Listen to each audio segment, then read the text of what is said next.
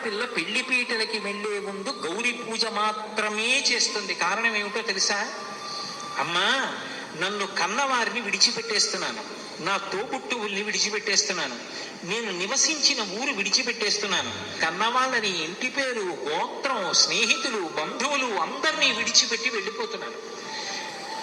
ఏ కష్టమైనా పర్వాలేదు, కానీ ఆయన మాత్రం ఎప్పుడూ నా వంక తిరిగి నాకు తగిన దానవు కావన్న మాట నన్ను అనకుండా చూడమ్మా, ఆయన ప్రేమ నామ ఎందు నిలబడేటట్టు చూడమ్మా అని గౌరీ పూజ చేస్తుంది.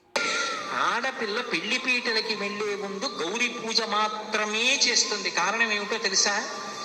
అమ్మా, నన్ను కన్నవారిని విడిచిపెట్టేస్తున్నాను, నా తోబుట్టువుల్ని విడిచిపెట్టేస్తున్నాను, నేను నివసించిన ఊరు విడిచిపెట్టేస్తున్నాను, కన్నవాళ్ళని, ఇంటి పేరు, గోత్రం, స్నేహితులు, బంధువులు అందరినీ విడిచిపెట్టి వెళ్ళిపోతున్నాను.